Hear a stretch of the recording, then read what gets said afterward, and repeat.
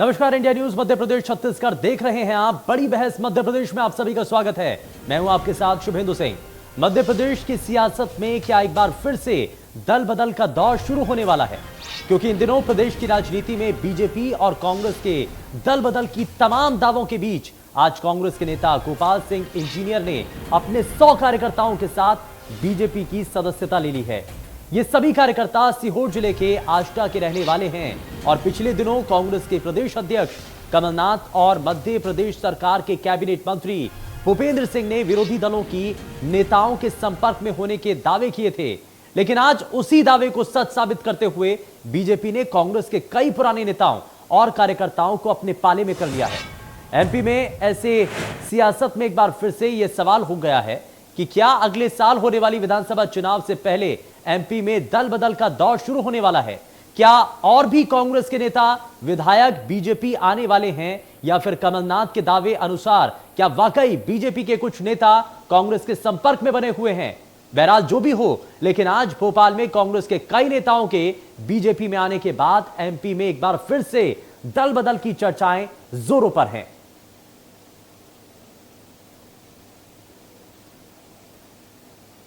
प्रदेशों में जो बड़ी जीत हुई है उसमें जश्न मैं उनको बधाई देता हूँ, शुभकामनाएं देता हूँ। और ऐसे जो लोग हैं जिनका विश्वास भारतीय जनता पार्टी के नेतृत्व में और नीतियों में है, उनके द्वार भारतीय जनता पार्टी के लिए खुले हैं और मैं उनका बहुत हृदय से स्वागत करता हूँ कि भारतीय जनता पार्टी में इस परिवार में आकर के वो भारतीय जनता पार्टी के साथ मिलकर के काम करें। इसका आगाज हो गया कि शुरुआत होगी सर, माना जाए कि अभी और लोग भी आएंगे, नेता भी आएंगे। ये तो कमजोर होती, चुनाव आते हैं तो खरीद फरोख्त का खेल चालू कर देती है। सत्ता के दम पर लोगों को डराने धमकाने का, सत्ता का दुरुपयोग का खेल चालू कर देते हैं। खुद को विश्व की सबसे बड़ी मिस्ड कॉल वाली पार्टी बताते हैं, लाखों सदस्य बताते हैं, कांग्रेस मुक्त भारत की बात करते हैं, लेकिन कांग्रेस युक्त भाजपा बनाते जा रहे हैं। आप देखिए कि तमाम नेताओं को पहले भी शामिल किया, पद दिया, उनको लालच दिया, प्रलोभन दिया, टिकट दिया, मंत्री पद दिया, जो नहीं आए उनको डराया धमकाया। वही खेल अभी भी जारी है और अपने नेताओं की उपेक्षा कर रहे हैं, अपने नेताओं को मार्गदर्शक मंडल में डाल दिया। इससे समझा जा सकता है कि भाजपा कितनी कमजोर है, उसके पास नेताओं की कार्यकर्ताओं की कमी है। उसे कांग्रेस के नेताओं को आयातित करना पड़ रहा है, उन्हें खरीद फरोख्त करना पड़ रही है, डराना धमकाना पड़ रहा है, सत्ता का दुरुपयोग करना पड़ रहा है। आज 17 वर्ष जिसकी सरकार हो उसकी यदि स्थिति, तो समझा जा सकता है कि भाजपा कितनी कमजोर है।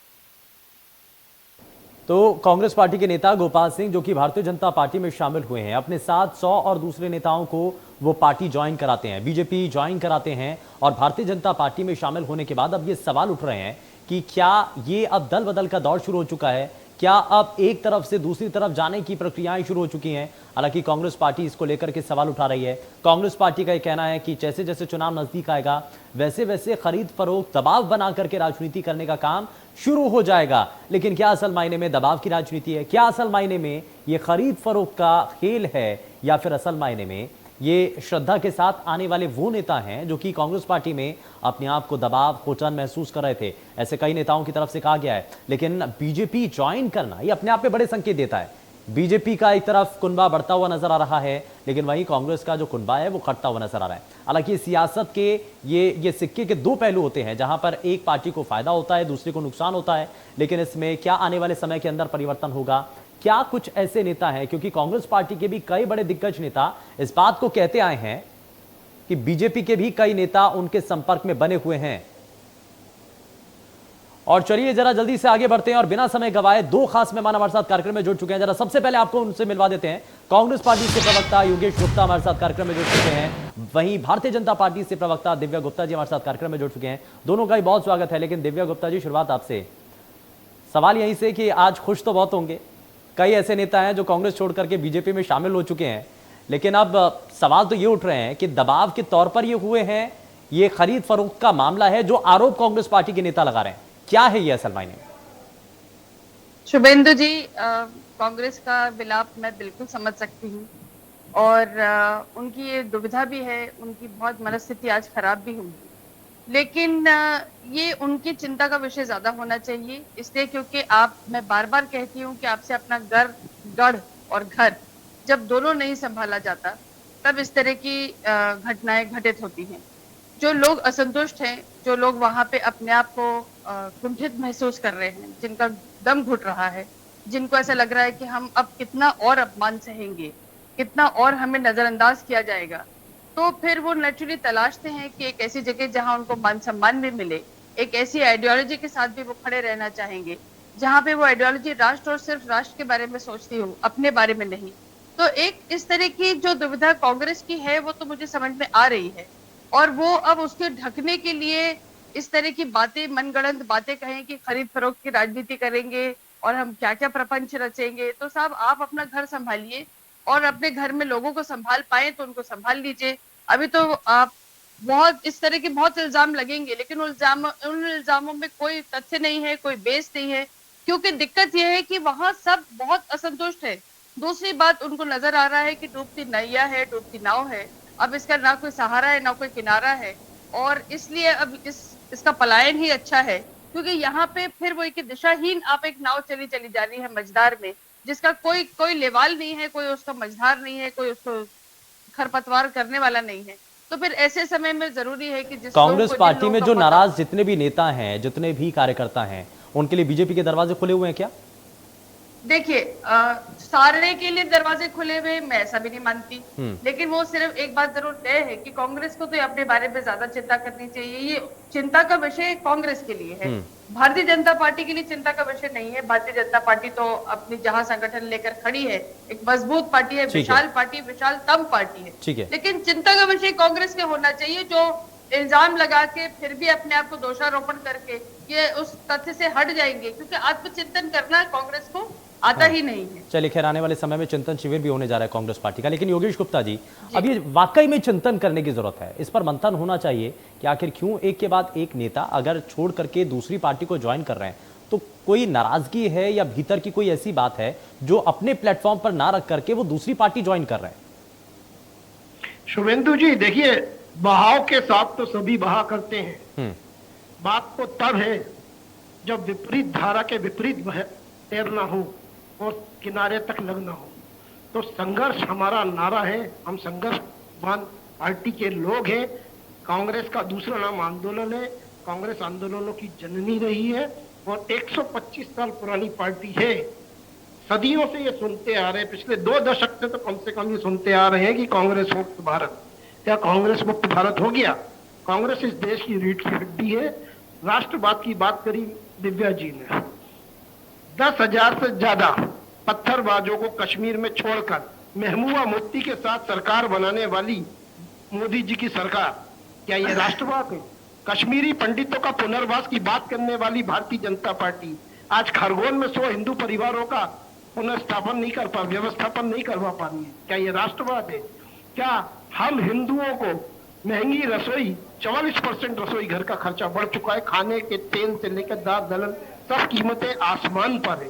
हमारा आज युवा बेरोजगार है, हमारा किसान परेशान है, महिला उत्पीड़ित में मध्य प्रदेश को नंबर 1 का तमगा एनसीआरबी की रिपोर्ट माननीय मोदी जी शासित सरकार ने दी है।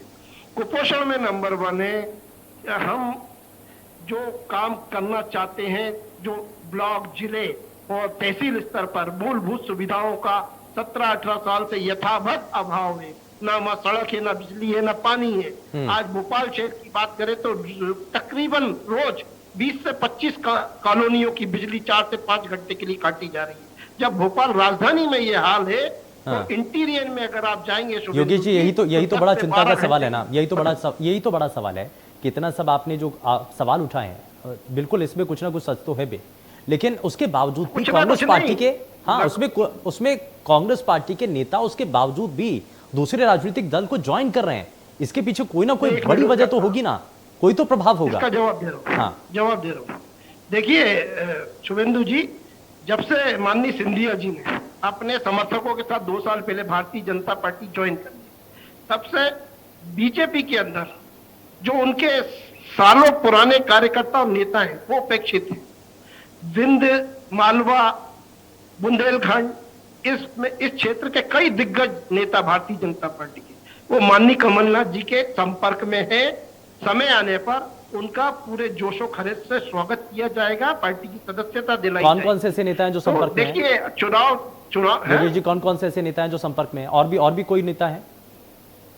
नहीं, देखिए, मैंने क्षेत्रों के नाम गिना दिए कि बुंदेलखंड क्षेत्र, मालवा संभाग और विंध्य संभाग। विंध्य संभाग में हमारे दिग्गज नेता राहुल सिंह जी घर वापसी अभियान चालू रखे हुए हैं पिछले लगभग 8-10 माह से, और काफी सफल सिद्ध हुआ उनका घर वापसी अभियान। इसी प्रकार जन जागरण अभियान के माध्यम से हम जनता तक हर उस मुद्दे को लेकर पहुंच रहे हैं जो आज जनता जिससे त्रस्त है।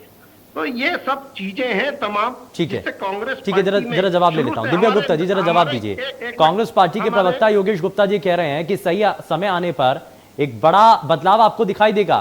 कुछ ऐसे बड़े चेहरे संभागों के हिसाब से वो बता भी रहे हैं कि इस इलाके से, इस क्षेत्र से कुछ बीजेपी के नेता जो कांग्रेस पार्टी ज्वाइन करने वाले हैं सही समय पर। शुभेंदु जी, मैं फिर बोलती हूँ कि दिल बहलाने को ख्याल गालिब बहुत अच्छा है, और बहलाइए, क्यों नहीं, आपका हक बनता है, आप अपना ख्याल बहलाते रहिए, क्योंकि अगर नहीं बहलाएंगे तो फिर चलेंगे कैसे। तो बहुत अच्छी बात है, क्योंकि आपको, यदि आपने कहा कि जो लोग नैया छोड़कर जा रहे हैं वो अपॉर्चुनिस्टिक है, वो इससे छोड़कर जा रहे हैं, मुझे हैरानी इस बात की होती है शुभेंदु जी, आज तो बहुत ही हास्यास्पद स्थिति ये हो रही है कि कांग्रेस पार्टी अपने आप को संघर्ष की पार्टी कह रही है।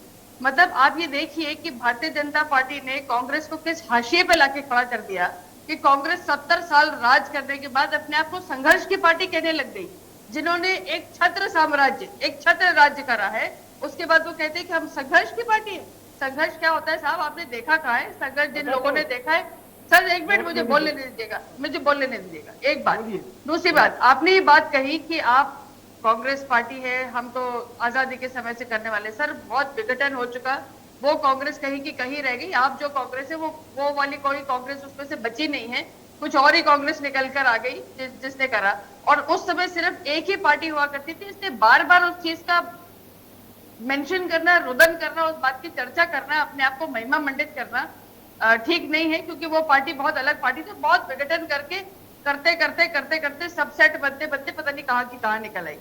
तीसरी बहुत बड़ी बात, आप बार बार वही विषय ले लेकर आते हैं, जब विषय ये है कि कांग्रेस पार्टी लोग छोड़ के क्यों जा रहे हैं।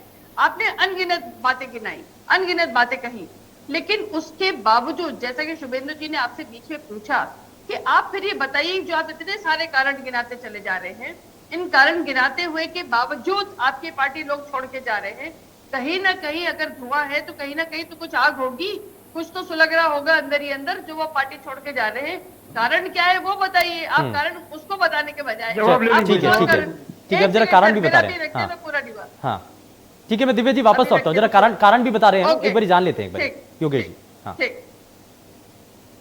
देखिए, जितने भी कारण आपको चाहिए एक सेंटेंस में आ गए थे कि धरा के साथ तो सभी बहा करते हैं, धरा के विपरीत रहने वाले को बाजीगर कहते हैं। तो कांग्रेस पार्टी वो बाजीगर है जिसने स्वतंत्रता संग्राम में योगदान दिया। 70 साल का आपने हवाला दिया। स्वतंत्रता संग्राम वाली कांग्रेस अब कांग्रेस नहीं है सर।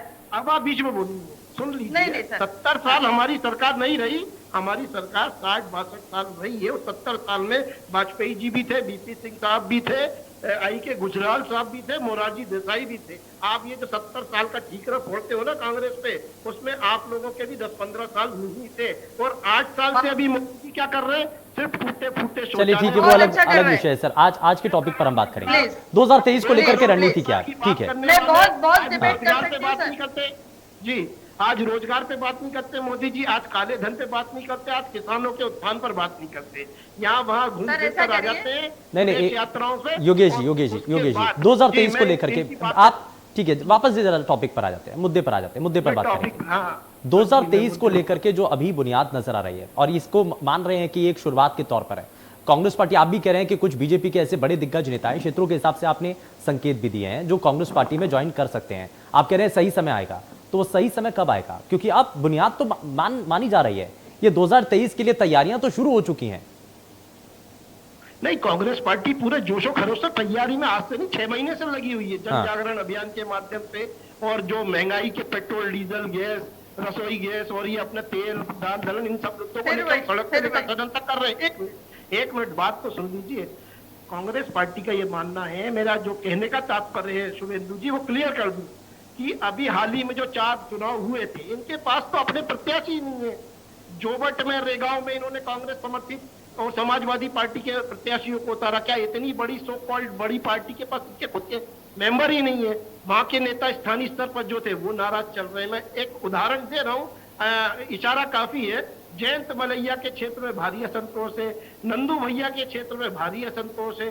तो इस प्रकार के तमाम नेता जो भारतीय जनता पार्टी में लगातार शिवराज जी के कार्यकाल से उपेक्षित चल रहे हैं। ठीक है, अच्छा मैं योगेश जी एक चीज पूछना चाह रहा हूं माननीय आपसे, कमलनाथ जी के संपर्क ये जो में 100 कार्यकर्ता गए हैं कांग्रेस पार्टी के, वो 100 स्तंभ, क्योंकि कार्यकर्ताओं को, बूथ स्तर के कार्यकर्ताओं को बड़ा मजबूत माना जाता है, अगर ये 100 लोग गए हैं तो इससे नुकसान नहीं पहुंचेगा क्या? बिल्कुल, 100 गए हैं तो 100 की जगह 1000 आएंगे। हाँ। अभी हमने डिजिटल मेंबरशिप की माध्यम से 3.5 लाख मेंबर बनाए भोपाल जिले, भोपाल संभाग। नहीं, इससे नुकसान तो होगा ना, आम जनता से हम जुड़ रहे हैं जी। इससे नुकसान तो पहुंचेगा ना। अगर 100 कार्यकर्ता गए हैं, कोई बड़ा नेता गया है, तो उससे नुकसान तो पहुंचेगा ना।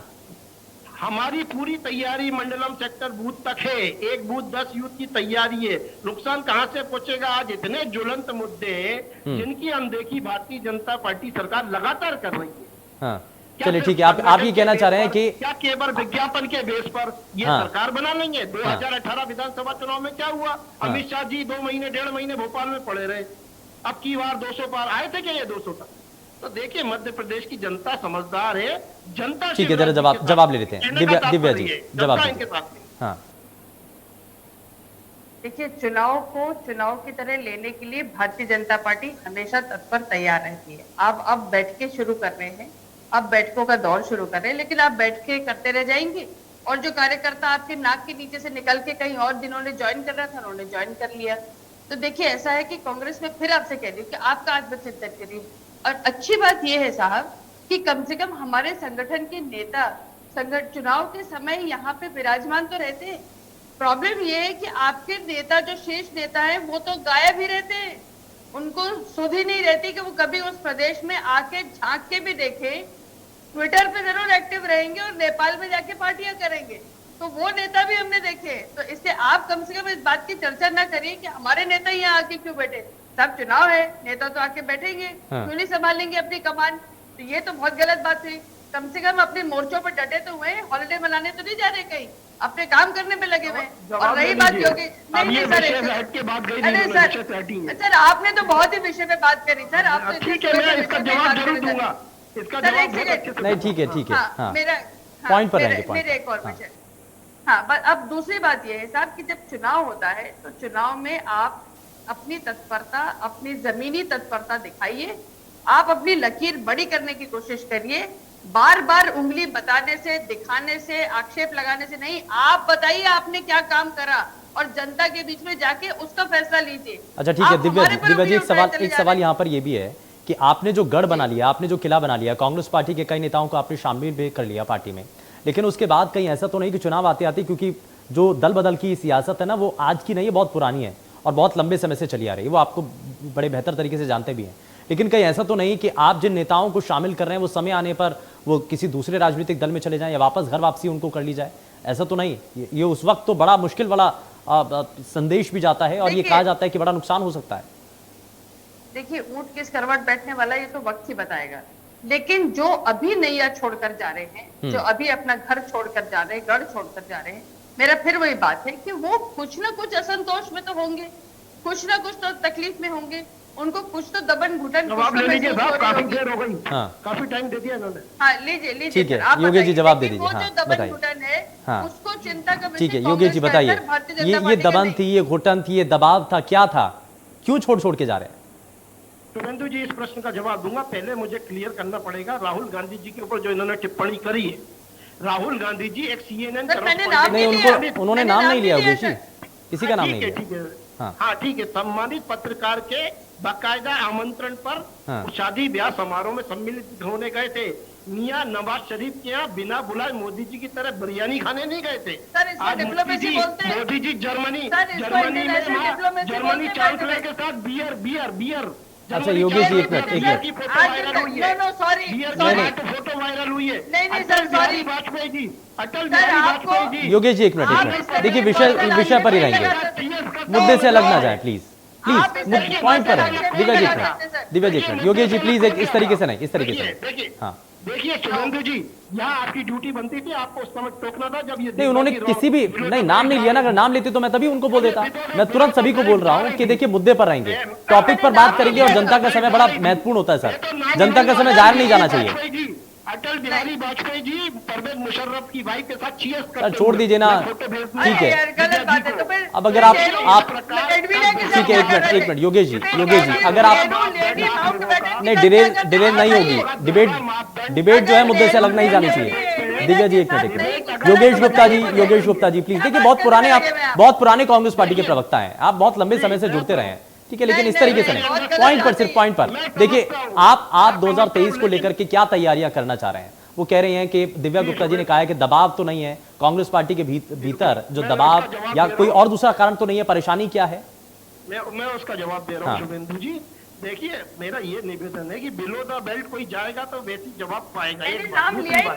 दूसरी बात कोई बात नहीं, आप शांत रहे, बौखला जाती हो आप जल्दी, आप थोड़ा नहीं सर, बौखला आप गए, बौखला आप गए सर। मैं तो बहुत विनम्रता के अच्छा साथ ठीक है, योगेश जी बताइए। हम जनता के समक्ष 2023 में माननीय कमलनाथ जी के जो कार्यकाल में काम हुए थे, किसानों का कर्जा माफ, उनके बिजली के बिल हाफ, पुजारियों का मानदेय डबल, वृद्धावस्था पेंशन डबल, कन्या विवाह योजना की राशि 51,000, आंगनबाड़ियों का मानदेय डबल किया हमने, और जो बालिकाओं के लिए हमने लाडली लक्ष्मी योजना की जगह इंदिरा लाडली योजना के नाम से जो चलाई थी, उसमें हमने बच्चों के लिए जो प्रोसीडिंग किए थे वो सब योजनाएं हैं। और दूसरी बात, माननीय कमलनाथ जी ने आदिवासियों को साहूकारों से मुक्त कराया, वन भूमि पर काबिज लोगों को वहां का निवासी बनाया। तो ये तमाम वो मुद्दे, 1500 से ज्यादा गौशालाओं का निर्माण किया, राम मन पथ गमन के माध्यम से हमने 350 करोड़ का प्लान बनाया, 350 करोड़ हमने महाकाल। चलिए समय थोड़ा सा कम है, मैं माफी के साथ रुक रहा हूँ। बहुत शुक्रिया दोनों ही खास मेहमानों का कार्यक्रम में शामिल होने के लिए। लेकिन बीजेपी के कई ऐसे नेता हैं जो कि लगातार कांग्रेस पार्टी के नेताओं के संपर्क में हैं, और कई ऐसे नेता हैं कांग्रेस पार्टी के जो कि अभी तक बीजेपी पार्टी ज्वाइन कर चुके हैं। 100 ऐसे इस दौरान कांग्रेस पार्टी के कार्यकर्ता हैं जो कि भारतीय जनता पार्टी ज्वाइन करते हैं। एक बड़ी शख्सियत, एक बड़ा चेहरा जो कि इस दौरान भारतीय जनता पार्टी ज्वाइन करते हैं, और ये माना जा रहा है कि 2023 को लेकर के सियासत और उसकी नींव अब यहां से रख दी गई है। लेकिन इसमें जीत किसको मिलती है और क्या दल बदल का खेल आगे भी जारी रहेगा, ये देखने वाली तस्वीरें होंगी। पेशकश में फिलहाल के लिए बस उतना ही। नमस्कार।